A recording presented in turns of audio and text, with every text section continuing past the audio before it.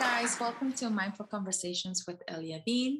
I am super excited today. I decided to really just go a little deeper and share my story as a therapist. Why did I decide to go into the field of therapy and more specifically hypnotherapy? So here I am. I grew up in Mexico as a little girl. I always knew there was more. There was more to just being in that little town. And I always felt like, okay, if I stay here, I'm gonna stay here and I'm not gonna grow. And I felt like there was more out there to grow. There was more growth to fulfill. There was more things to discover. And I always been a very curious girl, curious child, curious person. I'm a curious adult. And so I grew up in a very dysfunctional family. My father was an alcoholic when I was young. My mom was a sweet mother. Thank goodness I had a very sweet mother. But of course, she also had her issues, codependency.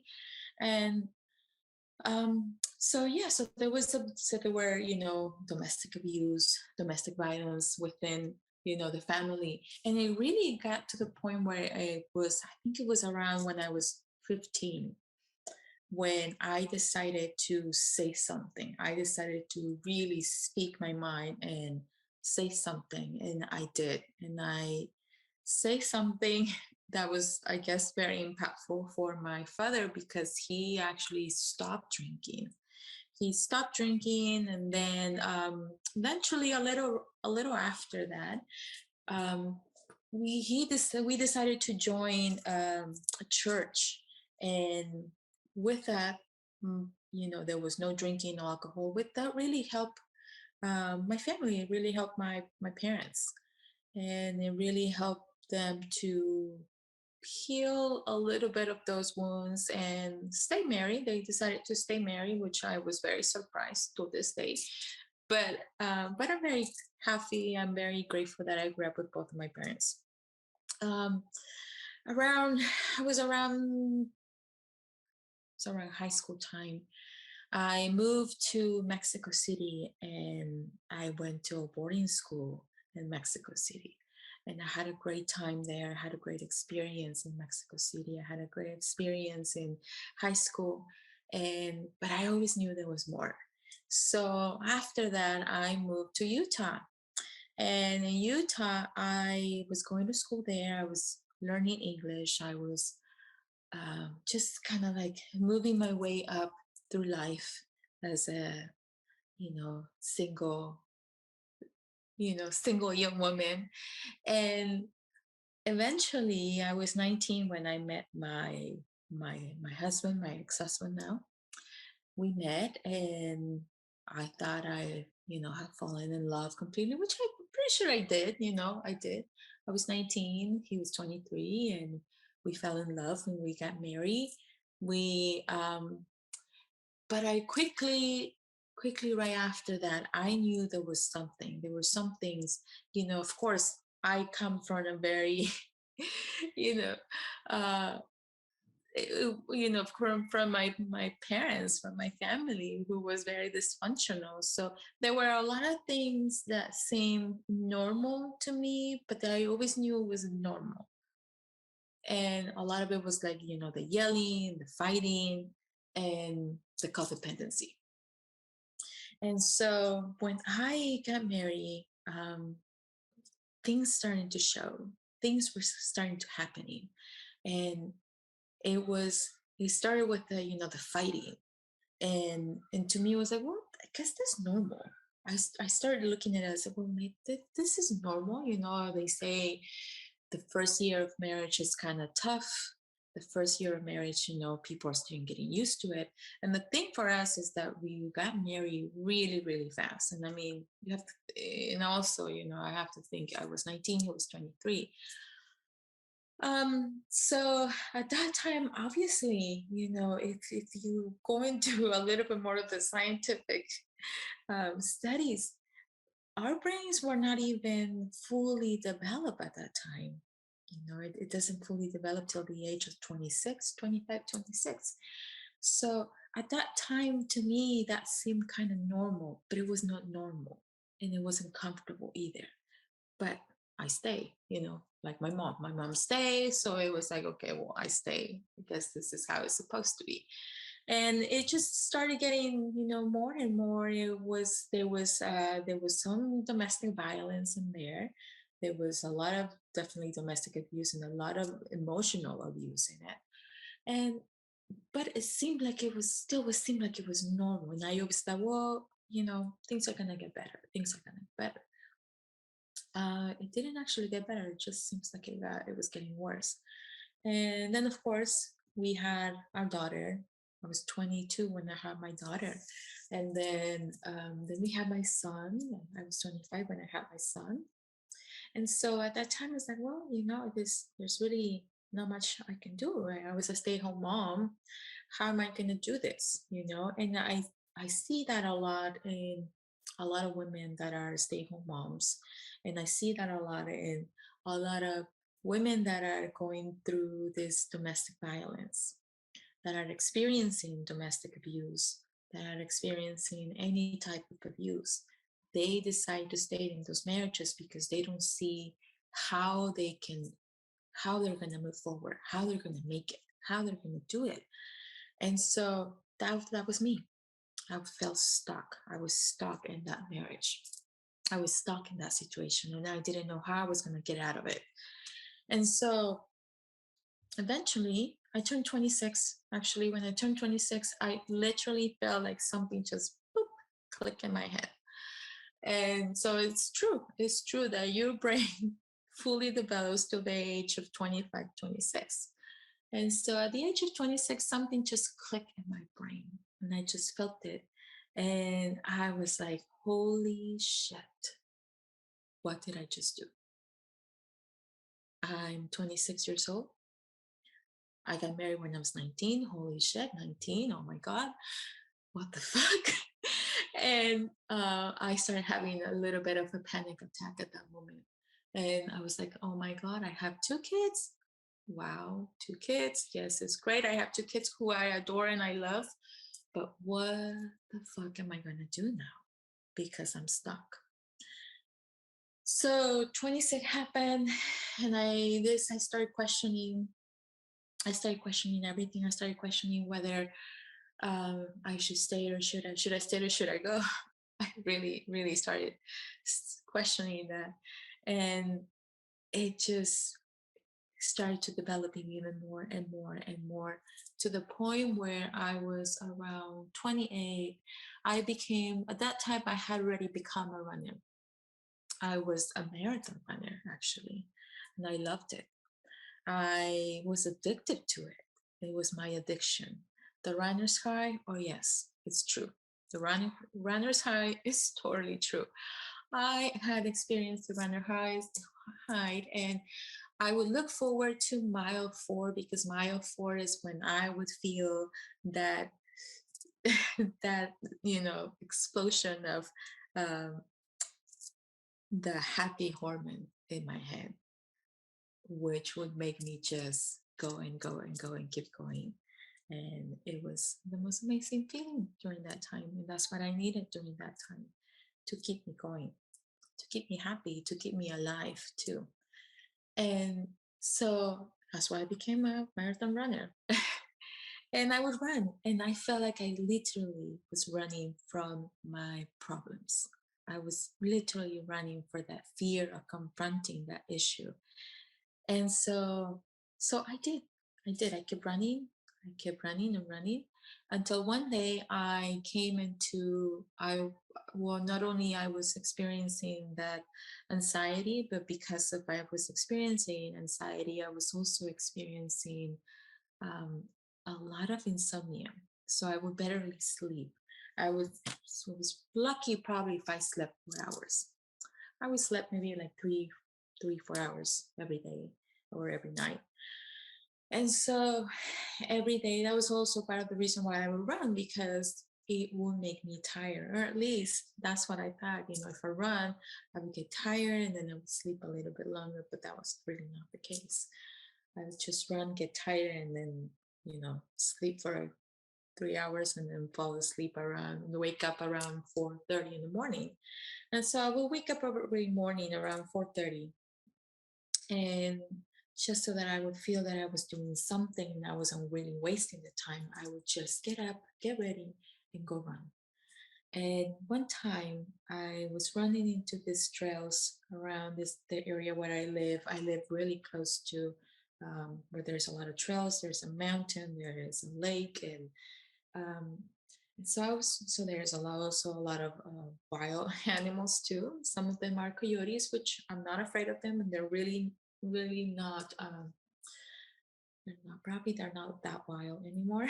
but but I was running and I came to this into this trail that will run behind this community, and I stopped. And the reason why I stopped is because I ran into one of the biggest coyotes I ever seen in my life. And he just stood there in the middle of the trail. He did not move. He was just looking at me. And I was like, all right, I'm going to stop and I'm going to give you the time to move whenever you want to move, whenever you're ready to move. No pressure. And I just stood there and I was thinking, like, wow, if something would happen to me, something were to happen to me right now in this moment, um, nobody really would know what I was. Nobody really would know what I'm doing. Nobody really would know where I am. Yeah, my family knew I was running. My kids were little at the time, and my ex-husband at the time, he was probably most more likely he was sleeping. And so it really got me thinking, like, wow, what am I doing? Why am I doing this to myself? It's like I'm running away from this issue. I'm not really confronting this, and I'm not really taking care of myself. Whereas everybody else will think that, oh yeah, she's so fit and she's so healthy and she's so into the fitness and health wellness industry or whatever. But that was really not the case. If anything, I was actually very unhealthy, very imbalanced, and very emotionally imbalanced more than anything. And so that's the moment that I decided. I have a little bit of my tea. Mm. That's the moment that I decided I needed to do something. And so I started looking for help, and I went to therapy. In fact, the reason why I went to therapy is because one of the days I was walking in school, one of my friends who is a family therapist, she looked at me and she saw that she probably saw the emptiness in my eyes, the emotional disconnection in my face and probably my whole body. And I probably looked like I was, kind of like a zombie, emotionally, spiritually death. That's what I call myself now. But that's how I was. And so she looked at me and she asked me, like, Ellie, are you okay? And I was like, yeah, yeah, I'm okay. That was always my answer. Yes, yes, I'm okay. And she's like, well, you just look a little bit like you're lost. And she was right. I felt like I was completely lost. Completely lost. I had no idea what I was gonna do. I had no idea how I was gonna do, different everything in my life. And so um later on I was like, I sent her a text and I said, you know what, thank you for asking me that, thank you for noticing that I was not okay, because I'm really not okay, and I'm really looking um for professional help, and I'm looking for a therapist. And she said, well, I can't really help you because we're friends and there is that, um I can't, but I can really send you some referrals. I can really refer you to some really great, um, therapists that will really help you. And I was like, okay, that's perfect. So I got one of the referrals that she gave me, and I went to one of the therapists, and I started my journey of healing at that time. And later on, I went to this therapist for a few months, probably almost a year with her. And then after that, I actually wanted to try another therapist, and I did. Went to um, for another time with another therapist. And one of the things that he used to tell me is like, you have to trust yourself. You have to believe in yourself. And it is very easy to say, it is really hard to do it. But at least at that time, it was very difficult for me to do it. So I did. And and then I started joining more classes. I had already went back to school at that time, and I was kind of like changing my major back and forth, back and forth. And then finally I decided to do marriage and family studies. And so I did marriage and family studies, and then I joined another certification. I saw this certification for mindfulness, and I was like, I'm gonna give it a try. I'm gonna do a certification in mindfulness. Sounds great. And then a friend of mine sent me another message one time, and she was talking about thanatology and spiritual intelligence. And thanatology is the study of, or the science of, death. And I was very curious about it. So I decided to take the course. It was a year and a half certification. And so I did it. I decided to do it.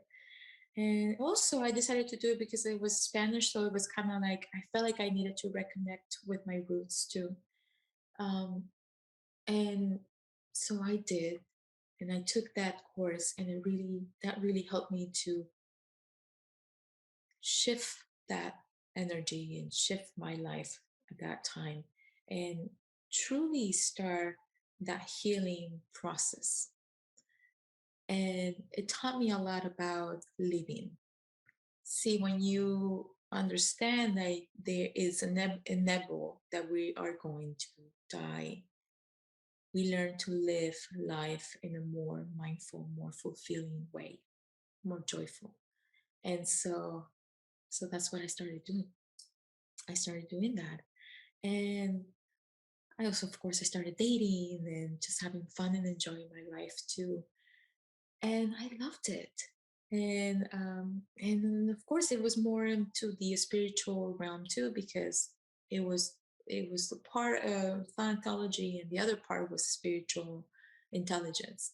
So that was definitely a spiritual enlightenment for me that really helped me grow at that time. But I continue, and then last year I I was looking into just joining other programs, because COVID was here. So there's really, there was not a lot of things to do. I had a business in Mexico, which because of COVID, we have to close it. And so I wasn't traveling back and forth anymore to Mexico, to the Yucatan Peninsula anymore. So I was like, well, what the heck? Why not? I'm going to join this program. And so I joined a program with Marisa Peer, and that was RTT. And so I decided to do it, and it truly changed the my perspective about therapy, because, like I said, my therapy, talking therapy, which I did cognitive behavioral therapy, it took months, it took years actually. I went to two different therapists, and actually went to three different therapists because I did NLP too, neuro linguistic programming, which really helped. It really helped with a lot of things. But so what I decided to do, I decided to join RTT, and I did it, finished it in the program in 6 months, or less than 6 months actually. Graduated from the program, got my license, from the program, and I was like, I am ready to start practicing this program because the reason I really believed in the program is because I have been through a lot of therapy myself for a long time. And I was like, wow, if I had gone through this type of therapy, it would have only taken me a few months instead of just instead of years of therapy. Right? They had this would have saved me years of therapy and money that I used. And I'm not regretting the fact that I did that. I'm not regretting the fact that I went through, you know, talking therapy, cognitive behavioral therapy. But I loved what I do now. I love that I'm able to help my clients fulfill their dreams and fulfill the fact that they want to stop being in pain, because that is one of the main reasons why we go to therapy. We don't want to feel that pain anymore. And sometimes the reason why we want to go to therapy is because we just don't feel anything anymore. That's when we are completely emotionally disconnected, or as I call it, spiritually dead. And so, ah, so that's what I love what I do now. I love that I'm able to help people fulfill their dreams now. Love that I'm able to free them from those self-limiting beliefs, because really it is not their beliefs. See, a lot of my beliefs were not my beliefs. A lot of the Actually, all of my beliefs were not my beliefs. A lot of the things that I had that I was battling with was had a lot to do with my confidence. I felt that I was not pretty. I felt that I was stupid. I felt that I was not smart enough. And it really, one moment that really was kind of like an aha moment for me was one time, and for a long time, I just, I have two kids, two beautiful children, and both of them were C sections, and both of them were huge babies. Okay. My daughter was 9 pounds, and my son was 8.9 pound ounces. Okay. And so they were both big, big, big babies. And so I had stretch marks. I had stretch marks, and I was so ashamed of my stretch marks. I would not go to the pool. I would not wear a two-piece swimsuit. I just would not, because I was ashamed of it, because I was very subconscious of it, because I just did not like the way I looked naked. And so what I did, one of the practices that I started doing, and they have to do with Tantra, which I'm very happy that I decided to do this course. It's a video course that I decided to do with my partner, Andre Knight. We collaborated together and we made this beautiful course about self-love and Tantra. And in that course, um, I introduced a lot of the exercises that I was doing to heal from that. But the main reason why I was feeling that, and that aha moment that I had, was at one point, my ex-husband told me, well, you're never going to like be with somebody else because you're so ashamed of showing your body, and you're so ashamed of, your stretch marks, and who are you going to show that? Who are you going to be able to show that? You're not going to be able to show that to anybody. And it was in that moment of the pain that I saw the other side of the pain, that I saw how wrong I was to feel ashamed and embarrassed and put shame and embarrass and guilt around this part of my body, which at one point had the meaning of creation, life, love. And how could I have been so wrong to put the other meaning of shame and feeling, like, oh my God, like I have to cover this part, like, you know, and it was in that moment that I felt of how wrong I was to believe that. And it was in that moment that I knew I could not believe that anymore. And I should not believe that anymore. And I could not be in that presence anymore. And that nothing else really mattered other than me really feeling happy with myself, feeling confident with myself, loving myself, accepting myself, even with my imperfections. We say it all this time like, oh, I'm not perfect. No, we are perfect because even our imperfections make us perfect. And so it was in that moment that I realized of how wrong I have been, and that's okay. I knew I had to forgive myself. I knew I had to ask forgiveness to myself and forgive myself and apply compassion and love, unconditional love and appreciation to myself. And that's when I really started coming back into life. And that's when I really started experiencing a rebirth. Because remember, I was spiritually dead. So that was in the moment that I experienced a rebirth. I almost feel like I experienced rebirth through my own, through my kid's birth, through those marks. Those marks were my rebirth. Those stretch marks represent a rebirth in my life. And that was my aha moment right there. Whew. And I'm sorry, I do get a little bit emotional, but I felt like I really needed to share this with everyone that is going through that pain of feeling less, of not feeling good enough. And I just felt like I really needed to share that and to tell you that no, you're not alone and you are wrong. I'm sorry to tell you, but you are wrong because the truth is that you are enough, that you are love, and that everything, it's in you. All that love, all that consciousness, all that spiritual, all everything, love, it's there within yourself. And the only thing that we need to do is just like dig a little deeper. And that's what I do now. That's what I do now as a hypnotherapist.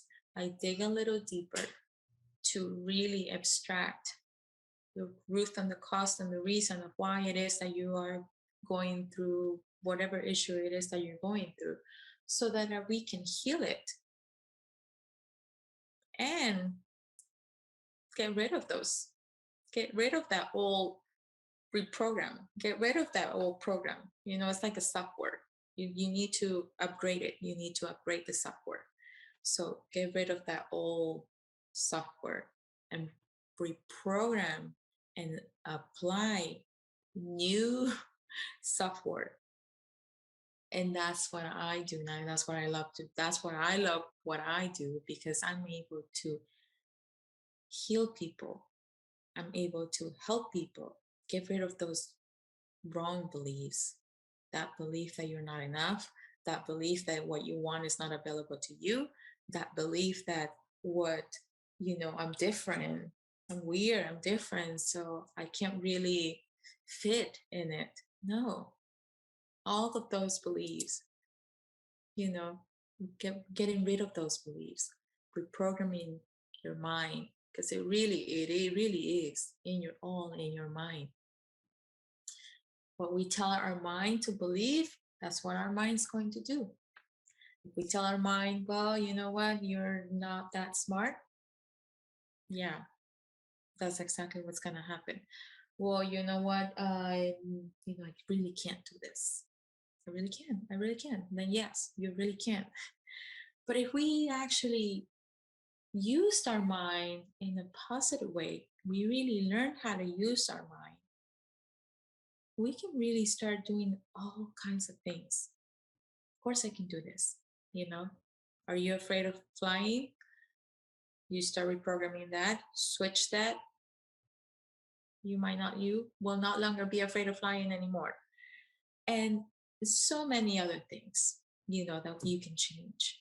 And that's what I believe in, the power of the mind. I believe in the power of healing. I believe in the power of spirit, because the more and more I encounter my practice with other people, I feel like not only I'm working with the mind and the subconscious, but it is much deeper than that, because I feel like I'm doing also some soul work, soul healing, spiritual healing as well.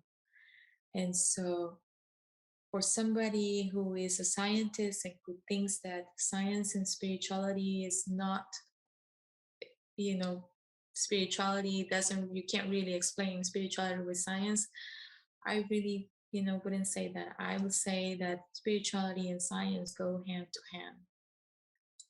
And that's what I apply now in my practice. And that's what I love, what I do now. And that's why I wanted to share this too, because I wanted to share this to the world and to anyone who is going through a hard time right now, anyone who is going through this, life changing and this journey of healing. Yes, it is difficult, but it's not impossible. Yes, it is difficult, but it's also doable. And the more and more you embark in that journey of healing, the more and more you're going to start bumping into people that are willing to help you, that are willing to help you heal, that are willing to give you that love, that appreciation, and simply accept you with unconditional love. And that's what I wanted to share today. And I'm Elia, and I feel very complete right now. Thank you guys for listening, and I hope that this really help you in any way. And I hope that this helps anyone. And again, if you need me, I'm available. You can follow me on Instagram. You can follow me on, go here on our website, Lux Media, and, learn a little bit more about me and follow us and listen to our other podcasters as well. We all have something great to give to this world, and that's the reason why we're here. That's what I learned that my purpose was to help others fulfill their dreams and get rid of those self-limiting beliefs, because they do not belong to you. And again, I'm Elia Bean, and I love you guys. Thank you for listening. Glutathione is a big word. It's the body's own master antioxidant. It's a scavenger for free radical, bacteria, and viruses. There are no products in the market with the ingredient Nasset. Nasset increases the production of glutathione that's in our body already to strengthen and enhance our immune system, elevate sense of well-being, support muscle strength and endurance, cognitive function, and liver support. It helps with increased energy and blood sugar regulation. Get your bottle of GSH Plus from www.salvationnutra.com.